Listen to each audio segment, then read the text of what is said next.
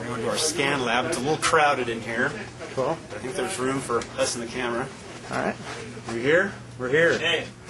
How are you doing? Hey, David Beardsley. Hey. We're scanning Maestro. Photo room. Great. Photo room. Now, scanning. Why do we need scanners? Well, I'm going to show you. All right.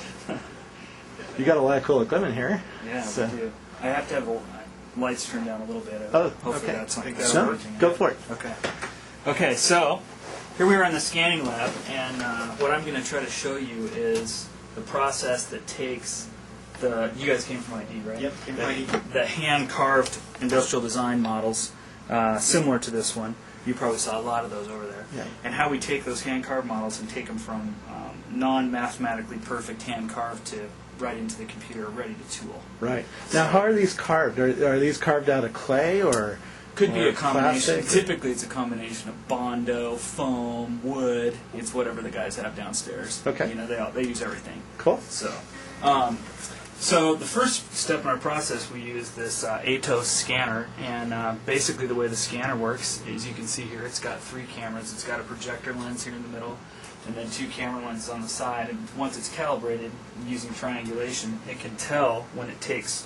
It basically is going to take a series of still photographs, and then by using the software, it's going to triangulate. Now turn that again. The- Yeah. So. Okay. Cool. It'll triangulate these points and turn the pixel data into point data. Okay. So let's take a look at that. Cool. So first thing we're going to do is we're going to hit the scan button, and you'll see up here it's going to start flashing. And it's laying down a pattern of where there's light and there's no light, and it's going to use the difference between those patterns to calculate the different shots. And what's the software you're using? This is from ATOS. ATOS. Yeah.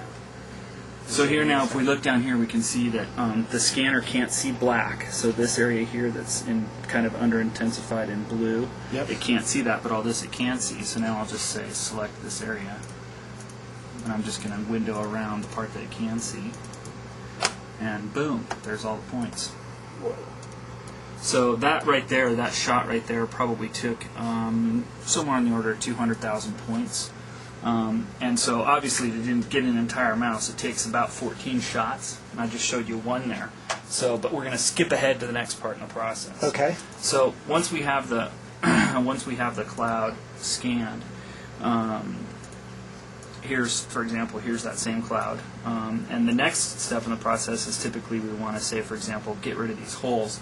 And these holes are the holes that were created by the targets Right. that the scanner used to sync the different shots together. So there's a bunch of really cool tools in here. This is one of the ones I like, close holes. And what I'm going to do is just pick on this hole, and it's going to automatically close it for me. And that's a preview image down here, down low, of what that's going to look like. And I'll say apply. And now you can see that that hole that was right here is now gone. Wow. So once we're all done with, we take multiple shots. Those multiple shots are synced together, and when you're all done, you have one that looks something like this. Now, these holes haven't been closed yet, but you still get the idea that this scan here is actually of this mouse right here. Okay. So you can see that thumb scoop area and the buttons. It gets detailed. It gets very detailed, yeah. And this of course is this is a final product, whereas this was taken from the original scan, hand carved model. I just wanted you to see what it looked like when it was all stitched together. So this scan right here represents many, many, many shots, probably on the order of 14 to 16 shots to get that. Okay. Now from here, the next step, now that we have this, we've basically turned the hand carved model into mathematical data. We're going to jump over to this machine here.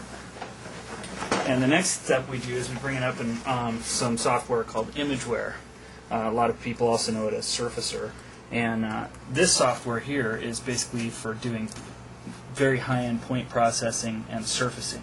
So what we're going to do next is take the surface data and fit surfaces through it.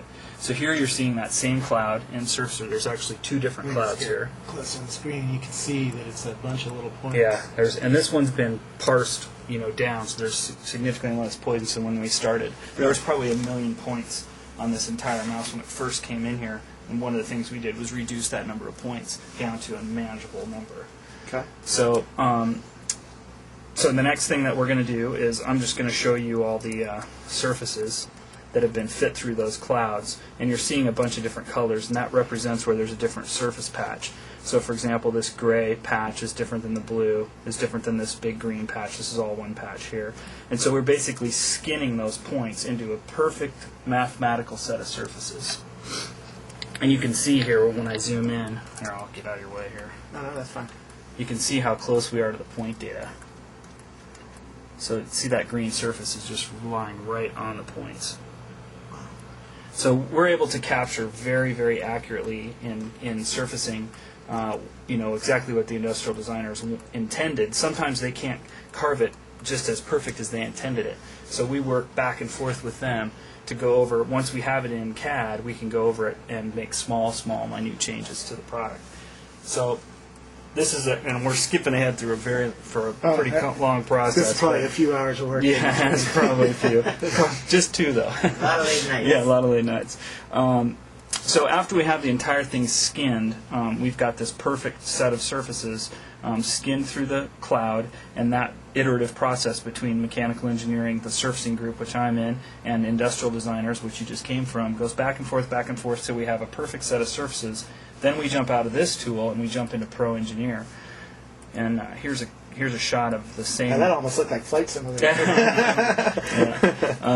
Here's a shot of another mouse that's now been we've taken the surfaces and broke them apart into the individual parts, and we call that process shelling.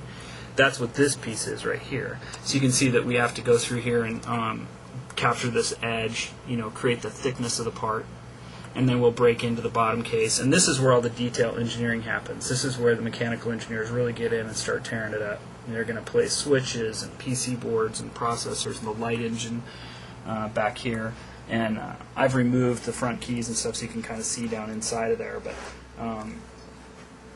here's a set of those side buttons that have been turned transparent. You can actually see through them. And this database, this final 3D solid model database, is the database that gets used for everything else. So that's the database that's going to go off to for mold flow analysis, any type of mass property analysis. It'll also go and get CNC'd. We'll send it off to our different vendors, and this is CNC means they'll cut basically many series of these as we're approaching our final design. Of course, they don't look like this. They look nicer and nicer each time. Okay. And so even sometimes we cut CNC photo models where the model will look just like that, and you can't tell it's not a real mouse. Really? Yeah. So it's we do lots of different pieces of the pie. This is really cool stuff. Yeah. And this is all you do all day is work with these models and scan? Pretty much.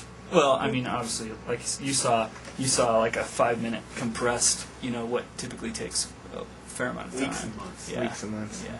So each process, like this is very early in the process, the scanning, that iterative process between, industrial design and tooling and mechanical engineering, that lives very early in the design. We're using typically the scanner and the surfacing software I showed you. And then once that's pretty much bought off and the industrial designers are happy, they step out of the picture just for a little bit, and we shift more towards doing hardcore, solid modeling and engineering, and that's more focused in the, mechanical engineering group, and then in the tooling engineering group. So it's unique that the surfacing group that I'm in actually is the kind of the only guys that carry the ball from the beginning to the end, where we touch every different part of the process. So it's pretty fun. What's the most frustrating thing about your job? The most frustrating thing, just trying to get it all done on time. We want them to be perfect, and so basically the techniques and the tools that we're using are no different than what you would see in the automotive industry, Class A surfacing, anything like that. And NASA, same exact tools that those guys use to build spaceships, we use to build mice. And so the same time is required, the same attention to detail is required, and that it's hard sometimes to get it done fast. But that's what it takes, and that's why it's fun. Otherwise, it'd be boring. Yeah. At what point do you figure out the manufacturability of a mouse? It has to start early, right? So a lot of times, depending on how aggressive the industrial design form is, sometimes we have to get the tooling group involved very early so that we can make sure we don't paint ourselves into a corner. And but I would say that it happens the entire process, with the most focus happening there towards the end, where you're actually building, more of these detailed models, where you're actually figuring out how's this thing going to break apart, how's this surface going to pull out of the tool without being die locked, and so on and so forth. Now, do you do drop testing, or is that in a different That's a group? different group. We're going to do that next. Excellent. Good segue, right? Hey, that's cool stuff, man. All right. Really cool tools. Yeah. Now, how much does this software cost? Well, this there's- isn't stuff you can buy at Fry's, right? No, it's a surprise. So it's pretty expensive. I mean, each one of those pieces probably represents on the order of, I don't know, what, 30 grand a seat. It kind of depends. And there's many different pieces of the pie there, so it's expensive. And how do you learn to do what you do? Lots and lots of hours. Is there schools that teach the CAD design? Yeah, I mean, definitely there are, right? I mean, you can go off and get trained on that, and typically it's, you're going to go to the software company itself and get trained, and those training classes last anywhere from 40 to 80 hours for a basic class, and then go on up from there. But the knowledge, learning how to push the buttons and knowing what you're trying to get in the end are two different things. So, typically these are tools that engineers use, industrial designers use. So. Do you guys Dave do? isn't being very representative of himself, but I would say that in the world there are probably like 50 people that can do what Dave does. Yeah, it's at pretty the rate of what he does. pretty specialized. There's not a ton of guys. There's there's a lot of consultants out there. It's very, very few. There's probably 10 on the West Coast that do this. What's an honor meeting you? Legend in my own mind. Hey, now, do you guys do internship programs or anything like that to We try to would bring love to people? do an internship program. Microsoft has some specific rules around internships. Makes it a challenge for us, but we would really enjoy. We've done it in the past. We have in the past. Yeah. More on the software side. Right. It's easier because we're a software company. Yeah. But we would actually really enjoy doing some hardware internships. Very cool. Yeah, absolutely. Thanks. Okay. Great. Have fun, guys. We're going to go look at the reliability lab now. All right, and how far is that? Beat up on our mice and keyboards. End of the hall if you want to take a little break. No, that's cool. Okay.